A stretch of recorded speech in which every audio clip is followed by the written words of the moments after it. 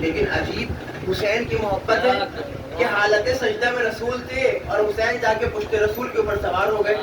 اب عزیزان گرامی ایک مرتبہ نہیں 10 مرتبہ نہیں بلکہ 70 مرتبہ پیغمبر نے دہرایا سبحان ربی الاعلیٰ و بحمدہ، سبحان ربی الاعلیٰ و بحمدہ، سبحان ربی الاعلیٰ و بحمدہ. اب عزیزان گرامی میں ان حضرات کی خدمت میں ایک جملہ عرض کرنا چاہوں گا جو یہ کہتے ہیں کہ بھائی جو شب بیداری میں یہ انجمنیں چلتی ہیں اور رات بھر جاگتے ہیں اور نمازیں قضا ہو جاتی ہیں تو نماز کا خیال نہیں ہوتا ہے، حسین کی محبت میں نماز کو بھول جاتے ہیں. تو میں یہ عرض کرنا چاہوں گا کہ جس کے دل میں حسین کی محبت ہوتی ہے وہ نماز کو بھولتا نہیں ہے بلکہ اپنے سجدے کو اور طولانی کر لیتا ہے.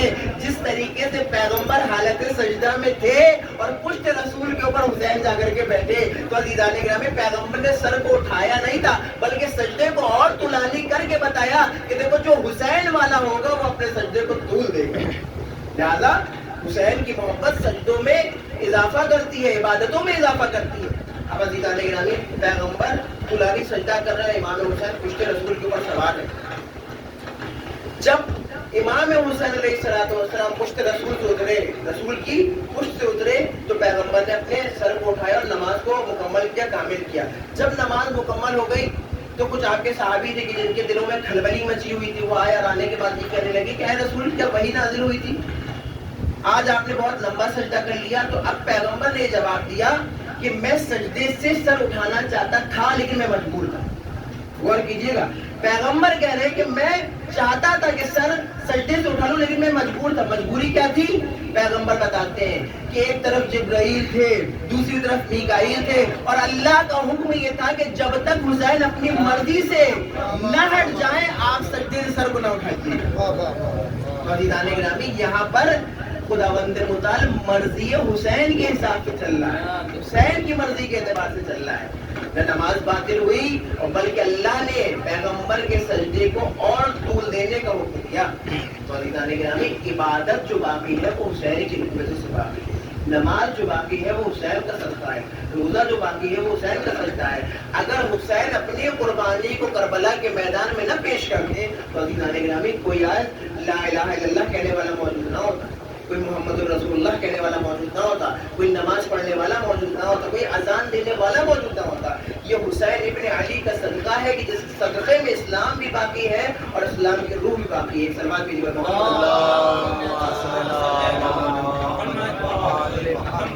اور عزیزان گرامی آپ دیکھیں کہ امام حسین علیہ السلام کے لیے خود پیغمبر متعدد مقامات کے اوپر معرفی کر رہے ہیں.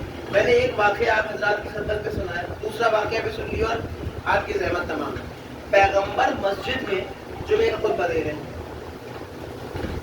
پیغمبر مسجد میں ہے، ممبر کے اوپر ہے اور جمعے کا خطبہ دے رہے ہیں. مسجد نمازیوں سے کھچاکھچ بھری ہوئی ہے، نمازی ہیں مسجد میں. اب اسی اسنا میں مسجد کے دروازے میں ایک بچہ داخل ہوا، اس بچے کا پیر اسی کی ابا میں الجھا اور وہ بچہ زمین پہ گرا. پیغمبر نے اس منظر کو ممبر سے دیکھا، پیغمبر نے خطبے کو روکا. پیغمبر ممبر پہ تھے، اللہ کی جانب سے رسول تھے، نبی تھے. ما ينطق عن الهوى ان هو الا وحی یوحی. یہ محمد اپنی طرف سے کچھ کلام نہیں کرتا، یہ پیغمبر اپنی طرف سے کوئی گفتگو نہیں کرتا، جو وحی الہی نازل ہوتی ہے اس کو ہی بیان کرتا ہے. پیغمبر ممبر پہ تھے، اس کا مطلب کیا ہے؟ پیغمبر اللہ کی جانب سے اپوائنٹڈ تھے. مثال کے طور پر مجھے اس وقت صاحب خانہ نے بلایا ہے یہاں پر، اپوائنٹ کیا ہے مجلس پڑھنے کے کہ مولانا ہمارے گھر میں مجلس منعقد کی گئی ہے، آپ کو مجلس خطاب کرنا ہے. تو میں صاحب خانہ کی جانب سے اپوائنٹڈ ہوں مجلس پڑھنے کے لیے. اب عزیزان گرامی کیونکہ اپوائنٹڈ ہوں لہٰذا مجھے مجلس پڑھنی ہے. اب اسی مجلس میں اگر میرا بیٹا آ کر کے کھڑا ہو جائے اور گر جائے وہاں پہ تو عزیزان گرامی یہاں پر مجھے اپنی مجلس کو روکنا نہیں ہے، مجلس کو توڑنا نہیں بلکہ اس مجلس کو ربط دینا ہے، کنٹینیو رکھنا ہے، چاہے وہ بچہ کسی کیوں نہ جائے. شاید دوسروں سے میں کہہ دوں کہ اس کو اٹھا لیجیے، میں ممبر سے نہیں اتروں گا، میں مجلس کو نہیں چھوڑوں گا، میں اپنی مجلس کو کنٹینیو رکھوں گا. لیکن تاریخ کیا کہتی ہے؟ تاریخ یہ کہتی ہے کہ جس وقت پیغمبر اکرم خطبہ دے رہے تھے، دین کو بیان کر رہے تھے نا، شریعت کو بیان کر رہے تھے نا، نماز کو بیان کر رہے تھے نا، روزے کے احکام کو بیان کر رہے ہوں گے، شریعت کو بیان کر رہے ہوں گے. لیکن جب پیغمبر نے ممبر سے یہ دیکھا کہ حسین کا پیر حسین کی ابا میں الجھا، حسین زمین کے اوپر گرے، گرنے سے حسین تھے. پیغمبر نے خطبے کو روکا، دین کو روکا، نماز کو روکا، روزے کو روکا، شریعت کو بیان کرنا روکا، اور صرف روکا ہی نہیں بلکہ ممبر سے اترے.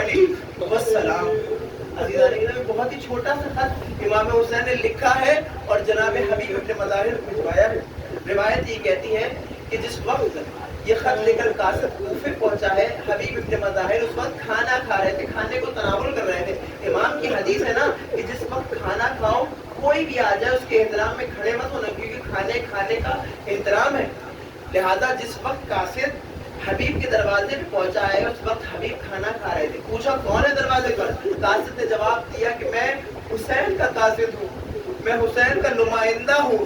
روایت یہ کہتی ہے کہ حبیب ابن مظاہر نے اپنے کھانے کو چھوڑا اور باپ پر ہے نا ننگے پیر دوڑتے ہوئے دروازے پہ آئے, قاصد سے خط کو لیا, ارے بوسا لیا اور آنکھوں سے لگایا. روایت یہ بیان کرتی ہے کہ حبیب ابن مظاہر حسین کے خط کو پڑھتے جا رہے تھے اور روتے جا رہے تھے. اسی اسنا میں حبیب کی زوجہ کی نگاہ حبیب کے اوپر پڑی اور سوال کر لیا کہ یہ حبیب کس کا خط پڑھ رہا ہے, یہ کس کا خط آیا ہے؟ حبیب نے جواب دیا کہ میرے بچپن کے دوست حسین کربلا کے میدان میں گر چکے, اپنی نصرت کے لیے مجھے یاد کیا ہے, اپنی مدد کے لیے مجھے یاد کیا ہے. جناب حبیب کی زوجہ بھی مومنہ تھی, لیکن جناب حبیب اپنی زوجہ کو آزمانا چاہتے تھے. ایک مرتبہ کہتے ہیں کہ میں سوچ رہا ہوں کہ فرزند رسول کی نصرت کے لیے جاؤں یا نہ جاؤں, بس یہ کہنا تھا. ایک مرتبہ حبیب کی زوجہ کو جلال آیا اور فرمایا کہ اے حبیب, فرزند رسول مصیبت میں گر چکے ہیں, اپنی مدد کے لیے تمہیں یاد کیا اور تم اب بھی سوچ رہے ہو اگر تم نہیں جانا چاہتے تو اپنی تلوار مجھے دے دو, میں نصرت حسین کے لیے کربلا کے میدان میں پہنچ جاؤں گی. جیسے ہی حبیب نے یہ سنا اپنی زوجہ کے حق میں دعا کی اور دعا کرنے کے بعد غلام کو بلایا اور بلانے کے بعد یہ کہا کہ گھوڑے کو لے کر کے شہر کے باہر چلے جاؤ, میں دوسرے راستے سے پہنچتا ہوں. روایت یہ بیان کرتی ہے کہ جناب حبیب کو غلام گھوڑے کو لے کر کے شہر کے باہر کھڑا ہو گیا. حبیب کو آنے میں کچھ تاخیر ہو گئی. جب حبیب پہنچے ہیں نا اس مقام کے اوپر جہاں غلام انتظار کر رہا تھا, حبیب نے دیکھا کہ غلام گھوڑے کے کان میں یہ کہہ رہا تھا, اے وفادار گھوڑے, اگر میرے آقا کو آنے میں دیر ہو گئی یا میرا آقا نہیں آیا تو میں تیرے اوپر سوار ہو کر کربلا کے میدان پہنچ جاؤں گا اور حسین کی نصرت کروں گا. ارے جیسے ہی حبیب نے یہ سنا غلام کو گلے سے لگا لیا اور فرمایا, اے میرے غلام, میں نے تجھے آزاد کیا. غلام تڑپ گئے, آقا آزاد ہونے کا کوئی فائدہ نہیں ہے, جہاں آپ جا رہے ہیں مجھے بھی وہی لے چلیے. روایت یہ کہتی ہے کہ حبیب ابن مظاہر کربلا کے میدان میں پہنچے. جیسے ہی حبیب کربلا کے میدان میں پہنچے چاروں طرف اعلان ہو گیا کہ حسین کے بچپن کے دوست حبیب ابن مظاہر کربلا کے میدان میں تشریف لا چکے ہیں. یہ خبر جناب زینب تک پہنچی. جناب زینب نے فضہ کو آواز دی, اے اماں فضہ جائیے اور جا کر کے حبیب کو میرا سلام کہیے اور کہیے گا کہ حبیب کا بہت شکریہ کہ اس غربت کے عالم میں جہاں کوئی ہماری مدد کرنے والا موجود نہ تھا, جہاں کوئی ساتھ دینے والا موجود نہ تھا, اس مشکل کی گھڑی میں حبیب پہنچے ہیں. جناب فضہ در خیمہ پہ جاتی ہے, آواز دیتی ہے, حبیب, علی کی بیٹی زینب نے تمہیں سلام بھجوایا ہے اور تمہارا شکریہ ادا کیا ہے. جیسے ہی حبیب نے ان جملوں کو سنا اپنے آپ کو زمین کربلا پہ گرا لیا, ایک مرتبہ خاک کربلا کو سر پہ ڈالا اور فریاد کرنا شروع کی. اب وہ دن آ گیا ہے کہ آقا زادیاں غلاموں کو سلام بھجوا رہی ہیں اور ہم کوئی مدد نہیں کر پا رہے. لعنت اللہ علی القوم الظالمین سیعلم الذین ظلموا أی منقلب. بار الہ ہماری اس مختصر سی عبادت قبول فرما. بار الہ جو مومنین یا تشریف فرمائے ان کی حاجات کو پورا فرما. معبود جو مقصود ان کے قرضوں کو عطا فرما, جو پریشان ان کی پریشانیوں کو برطرف فرما. پروردگار جہاں جہاں بھی شیعان حیدر کرار ان کی جہاں مال عزت و آبرو کی حفاظت فرما. پروردگار تجھے واسطہ ہے محمد والے محمد کا, دشمنان اسلام دشمنان تشیع کو نست و نابود کر دے. پروردگار تجھے واسطہ ہے محمد والے محمد کا, میں صحیح معنی میں عزادار بننے کی توفیق عطا فرما. امام زمانہ کو ہم سب سے راضی اور خوشنود فرما. آپ کے ظہور میں تعجیل فرما. ماتم حسین.